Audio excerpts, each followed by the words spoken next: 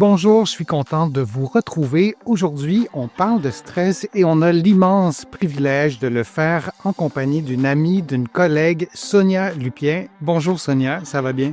Bonjour Denis. Je suis vraiment très, très content que tu sois là. Je sais qu'il y a beaucoup d'internautes aussi qui sont ravis que tu sois là.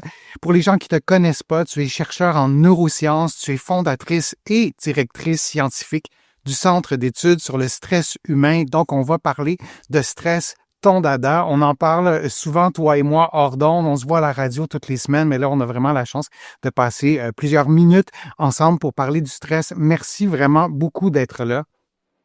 Plaisir. Et j'invite tout de suite les internautes qui vont écouter nos contenus à consulter tes livres. Il y aura des informations complémentaires dans tes livres. Je vais les présenter tout de suite. Par amour du stress, qui est un best-seller ici au Québec, et aussi Le stress au travail versus le stress du travail. C'est des livres que je vous recommande chaleureusement. Le bon stress, celui qui motive et nous pousse à agir, ça existe vraiment. Peut-être que la personne qui nous pose la question, c'est peut-être quelqu'un qui est exposé à un stress chronique en ce moment. Je sais pas, moi, si j'ai un problème avec mon employeur depuis 20 ans et on veut me dire, oui, il y a un stress positif. De ce que je comprends, l'idée, c'est pas nécessairement de transformer tous les stress négatifs en stress positif ou de se mettre des lunettes roses. Mais j'imagine en même temps, il y a des sportifs qui nous écoutent, qui se disent, ben moi, si j'avais zéro stress avant une compétition, peut-être que je performerais moins bien. Donc, le bon stress qu'on peut utiliser, qu'on peut instrumentaliser, ça existe, j'imagine. Sonia, ça prend quelle forme, notamment? Ben, rappelez-vous ma courbe en U inversée entre le stress et la performance. Un peu de stress, c'est très, très bon. Mais les gens sont toujours mélangés parce que les gens ne prennent jamais en compte la différence fondamentale entre un stress aigu, bam, maintenant, et un stress chronique. Le stress aigu, il va toujours être bon. Je vais vous donner les gens qui sont actuellement en Ukraine sur le terrain de guerre survivent à cause du stress qu'ils ont. La réponse de stress, je vais vous le montrer. Ce qui est pas bon, c'est le stress chronique. Donc, faut pas se mélanger.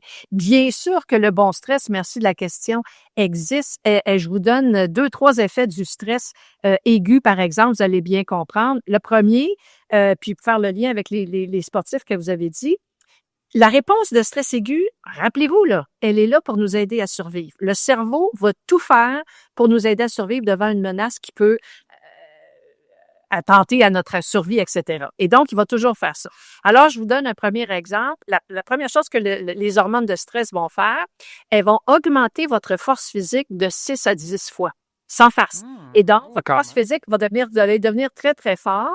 Et bien sûr, les sportifs, ça fait longtemps que... Pourquoi est-ce que vous devenez fort? Ben, vous avez un mammouth à tuer. Alors, évidemment, vous allez être très, très fort. N'importe quel adulte qui a déjà essayé de séparer 2 enfants qui se battaient, on se sont sûrement dit, mon Dieu, ils sont forts. Mais ils sont pas forts comme ça dans la vraie vie. Ils sont forts parce qu'ils ont une réponse de stress. Je vous donne un exemple qu'on a vu passer sur les réseaux sociaux il y a peut-être 6 mois de ça, qui nous arrivait de l'Ukraine. Les gens en Ukraine, c'est leur réponse de stress qui les sauve. L'image qu'on voit, c'est une jeune fille toute menue, toute petite. Et sur l'image qu'on voit, elle se sauve de son village en Ukraine qui vient d'être bombardé.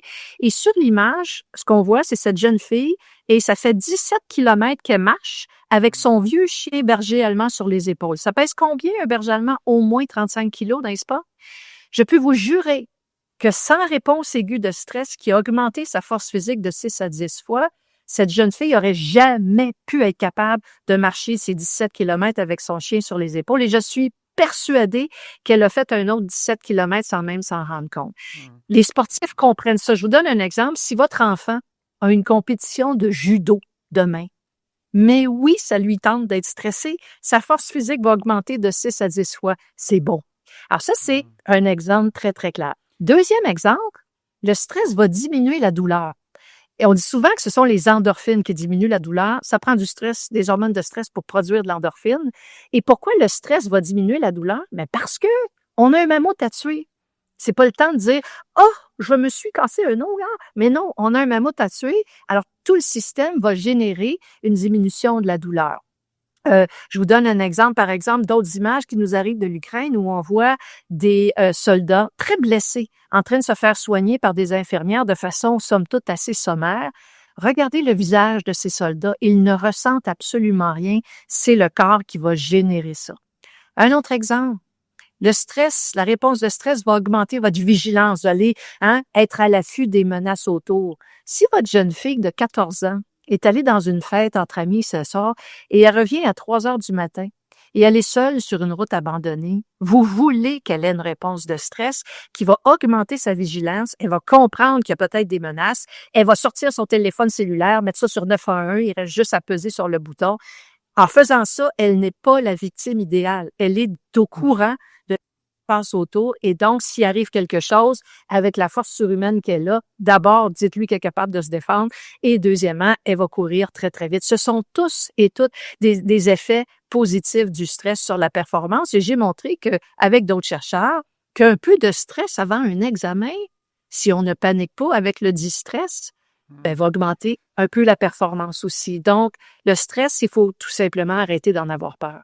Parce que quand on est exposé à un stress qui est, oui, on peut dire que c'est un bon stress, mais si je suis à la guerre, c'est quand même pas une situation qui est agréable comparativement à une performance sportive où j'ai probablement choisi de participer à telle ou telle performance. Donc, est-ce qu'il y a une façon aussi de rendre le stress plus agréable, hormis les situations extrêmes là, qui sont fondamentalement désagréables, mais comment on peut... J'ai l'impression que notre rapport au stress fait en sorte qu'on le trouve pas bon et je me demande parfois concrètement dans la vraie vie, là, si moi j'ai un examen, par exemple, et je sens que j'ai un stress et ça perturbe mon attention sélective, comme tu nous as déjà expliqué, et donc j'ai besoin d'un minimum d'attention sélective pour répondre aux questions.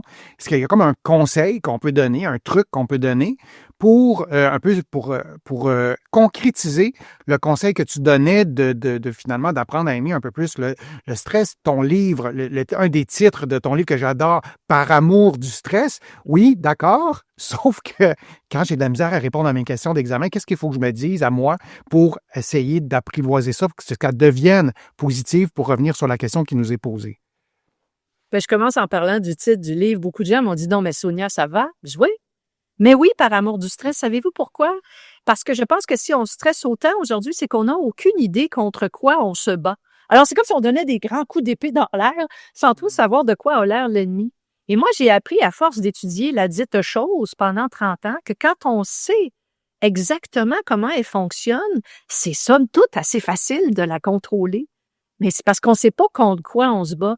Donc, revenons à ce que tu disais. Comment faire pour rendre quelque chose qui n'est pas très intéressant, agréable? Il faut accepter, c'est essentiel, il faut accepter d'être stressé. Je répète, il faut accepter d'être stressé. La journée où vous n'êtes plus stressé, vous êtes mort. Oui, ça, je comprends quand tu dis ça. Oui, ça, je comprends. Mais donc, en fait, c'est simple. C'est de se dire que c'est normal qu'on soit stressé et pour autant que ça dure pas 10 ans, là, mais dans une situation circonscrite, on comprend que ça durera pas éternellement et de normaliser, c'est ça? Le stress fait en sorte que ça se vit un peu plus positivement. Oui, je vous donne un exemple parce que juste accepter d'être stressé, ça veut rien dire. Accepter de vivre les manifestations du stress. Okay. Il y a plein de manifestations de stress et je pense qu'un des problèmes qu'on a, nous les humains, c'est qu'on a oublié comment reconnaître notre réponse de stress. Je pense qu'un animal est meilleur qu'un humain pour ça. Je vous donne l'exemple de mon fils. Bon, mon fiston, à 5 ans, doit rentrer à la maternelle. Il est stressé. Il est très stressé et lui, le stress, parce qu'il y a 100 000 façons pour le stress de se manifester dans son corps, et lui, ça va se manifester par une diminution de la digestion. Donc, il va venir me voir puis il va dire « Maman, j'ai mal au ventre, j'ai mal au ventre, j'ai mal au ventre. » Bon, pourquoi est-ce qu'on a mal au ventre quand on est stressé? Parce que quand on a une réponse de stress, notre digestion va ralentir et dans certains cas cesser. C'est ça qui nous donne mal au ventre. Et pourquoi notre digestion ralentit ou cesse quand on est stressé? Mais parce que on a un mammouth à tuer. Et ce que vous devez comprendre, c'est que ça prend beaucoup d'énergie de digérer. C'est très, très énergivore. Alors, c'est comme si notre corps disait, écoute, tu as un mammouth à tuer, là, c'est pas le temps de digérer, là. Alors, toute l'énergie que tu prendrais pour digérer, je vais la prendre, puis je vais l'envoyer dans tes muscles pour que tu aies la force physique dont tu as besoin pour tuer ton mammouth. Alors, quand mon fils est venu me voir en panique, « Maman, j'ai mal au ventre, je veux pas aller à l'école », et je l'ai regardé, mais j'ai dit « C'est merveilleux, fils. Et il me regarde étonné. Je dis, pourquoi? Ben parce que ça veut dire que tu as une réponse de stress. Ça veut dire que tu te prépares au combat. Tu te prépares à ce défi. On va revenir avec la notion de défi. À ce défi. Puis j'ai dit, oui, tu vas avoir mal au ventre pendant encore. Tu vois, on est jeudi, puis tu rentres à l'école lundi. Tu vas avoir mal au ventre jusqu'à mardi parce que ton cerveau, il te fait arrêter de digérer. Mais bon, étant donné que c'est difficile de digérer quand on est stressé, j'ai compris que si on mange beaucoup de crème glacée, ça se digère mieux. Est-ce que ça t'intéresse? Et donc, on a juste enlevé la notion de « je ne sais pas ce qui m'arrive ». Et c'est ça le livre Par amour du stress. Je vais vous expliquer ce qui vous arrive. Et quand on le sait, on dit « OK, ben c'est juste ça. » Oui, on n'est pas en train de mourir d'office. Ça enlève aussi la variable inconnue. Oui.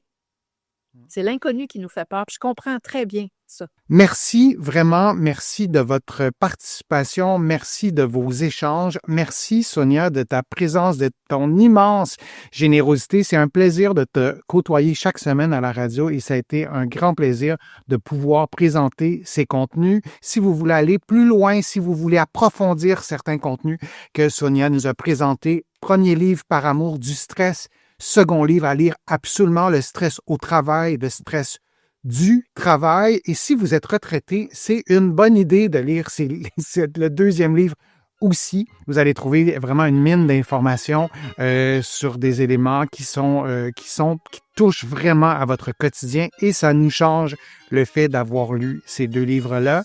Merci, Sonia. J'espère qu'on aura l'occasion de se reprendre et je vous dis à une prochaine fois, à une prochaine vidéo. À bientôt, tout le monde.